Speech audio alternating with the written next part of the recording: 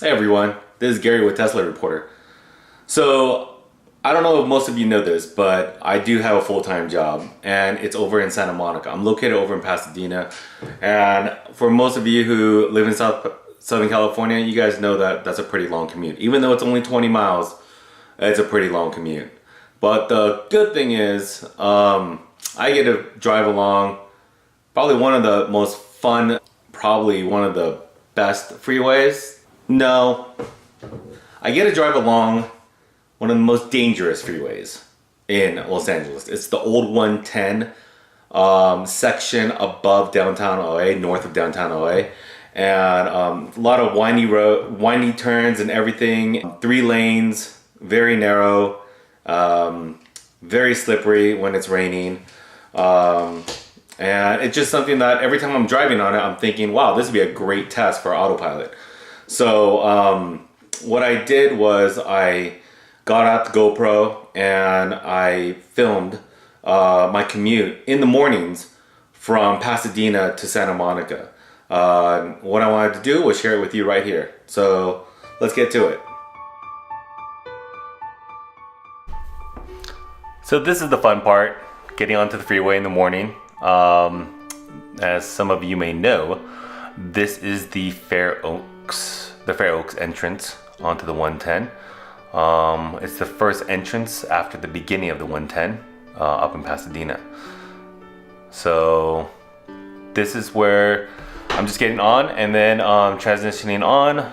Yes, that is a P90D that I just passed by, and this part of the commute is just getting used to the roads, getting adjusted for the 2-hour commute, and just getting in on its way. So here is when I start feeling comfortable, seeing who the crazy ones are, and then I know when I should start turning on autopilot. So this is the part where I turn it on, and as soon as I turn it on, you see this BMW on the right side. It kind of narrowed things out, and then autopilot disengaged right away. So it freaked out right there because the lanes are pretty narrow. I engaged it again right about here, and then it gets going. So I sped up the video a little bit so you guys don't have to enjoy the entire 2 hours with me. But yeah, this is pretty much how it goes. It's just on its way, and you'll notice with AP1 that I don't really have to touch the wheel much. Every time I do, I'll let you know with these kind of warnings right here.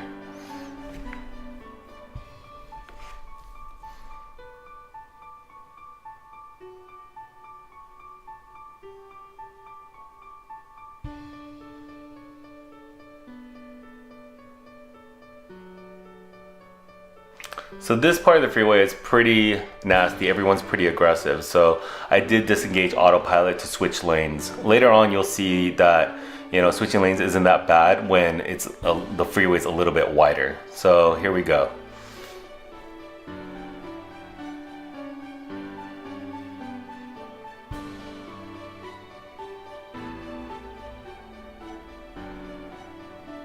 Now this is actually one part that I wanted to point out. The lane splits, one exits into Chinatown, and then the other part goes over, and it did a really good job in staying. I didn't touch the wheel at all, and it stayed in the right lane, knowing that I want to stay on the freeway. Now this is another pretty curious spot. This is where I'm curious how Tesla is going to engineer it. This one is that dance you do with merging traffic. I have to go to the lane on the left, and the trick is to let people who are merging go in front of me, and then I'll slow down and then merge onto the left, because I know everyone is exiting onto the right side. So that's going to be really interesting to see how level 5 autopilot handles that in the future. I just don't know how it's possible if none of the other cars have autopilot as well. So I turn back autopilot right here. This is the straightest section of the commute.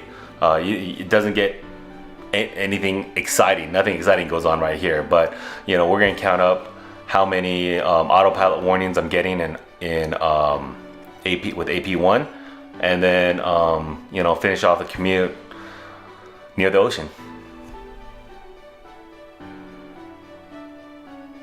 So let me know if, you know, the time lapse is a little too fast. I know it skips around a lot, but you know, trying to mash down this, you know, this many hours, I guess, of commute time into something where you guys aren't gonna fall asleep at your computer was a little tricky.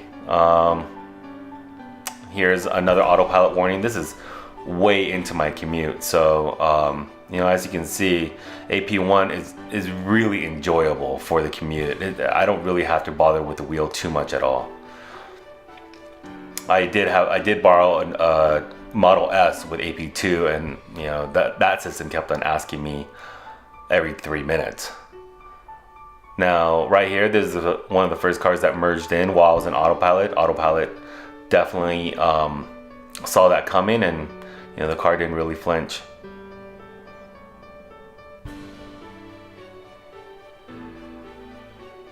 Now this is the stretch around, I think, Robertson. This is when it starts to speed up past, you know, up to Overland, and then you reach the 405 coming up over here, and it'll slow down just a little bit.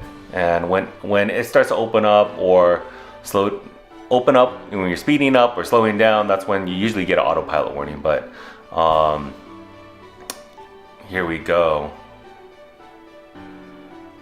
Coming up on, I think, 26 or Cloverfield.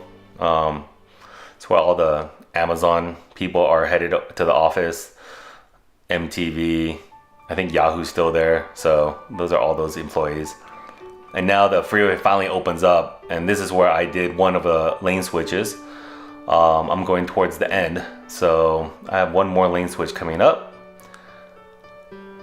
I think right here, and then I'm gonna try to take autopilot all the way up into the off-ramp onto, I think, 4th. And right around here, you see the little sidewalks, the islands. Didn't like it, so I took over from here, and then had to watch out. Little cop on the left side, so raised the camera, smiled, lowered it back, and then here I go.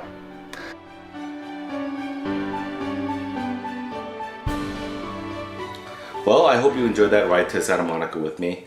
I just wanted to show you what's it like to do that level of a commute in LA, and also, you know, show you the autopilot features, which, you know, for me was the #1 reason why I bought the car. It really has given me just a better quality of life, just because I'm not as stressed out when I come home. I am, you know, a little bit more refreshed, and I get to hammer out a few emails, and get home and play with the kids and not have to worry about work so much. So you know, other than that, you know, saving gas has been great, and you know, all the fun Tesla stuff. The acceleration, as you see, there's no real point for me to have the hard acceleration, but it is fun once in a while. Other than that, I just wanted to explain to you, you know, a couple instances of, you know, autopilot on the freeway where I've almost gotten in accidents. So real quick, in LA, you know, in California, lane splitting is legal for motorcycles. So lane splitting, for those who don't know, is when the motorcycle gets cut in between the two cars on the freeway, so the 2 lanes on the freeway, and you know, they're buzzing by on the freeway all the time. There are some people who love to give them the room. They're probably motorcycle riders as well, and I formerly was a motorcycle rider, so I understand that. So I try to give them as much room as possible. The one feature in Autopilot that tries to make that happen is the following feature, I think. When I'm in the fast lane, when Autopilot is engaged, I'm following the car in front of me when it's highlighted blue in my dash, and I'm following them. And then there are those drivers that want to give motorcycles room, so we do lean to the left. If this car leans to the left, we lean to the left, and you know. But there are some drivers who love to go all the way to the left and straddle that line. So therefore, my ex will straddle that line with him. That's the scary part, because if this car goes too far to the left and leaves an opening right here in the lane, excuse me, the X will see that opening, and I've had it happen a couple times where the X will try to zoom in and fill in that space, and that's where I've had to hit the brake and then just avoid the accident. So that's something that you have to watch out for when you're using autopilot. Usually when that happens, I just back off a lot, let this person go ahead and let another car come in front and just follow them.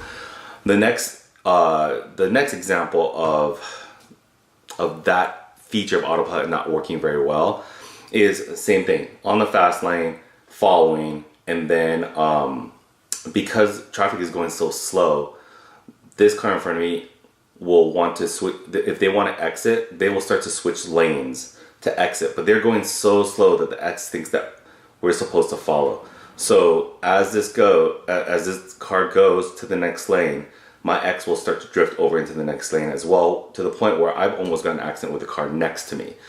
But I'm being a good driver and keeping my hands near the wheel. I saw that, and I just wanted to see how far I was gonna go. And then when I started hearing the bumps of it on the freeway, for the reflectors on the freeway, that's when I knew that it was just gonna go for it. So I jerked the wheel back and kept the car in the lane, and that's just something that you just have to watch out for, even going that slow. So there is no sleeping, there is no closing your eyes for a few seconds, there is no just being engulfed in your phone just to text all the time.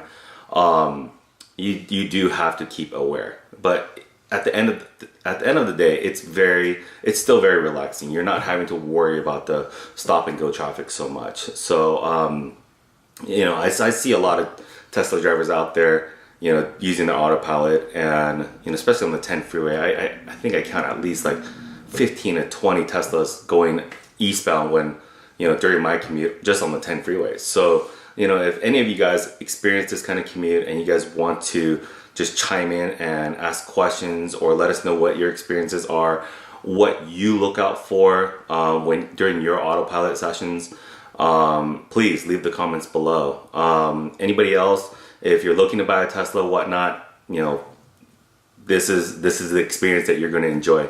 But if you have any questions, please let me know and I will answer those as well. I guess it's a good time to let you know that I'm going to try this whole referral link. I have a referral link below if you're interested in getting your Tesla, and this video has helped you push you over the edge. I'd appreciate it if you just click on it and get your free supercharging for right now. So if you guys have any ideas on any other video ideas you guys want me to make, please let me know. The next thing on my list is probably like just a feature of how the summons feature works along my garage to my driveway, and getting ready for work in the morning. Other than that, thanks for watching. I'll see you next time.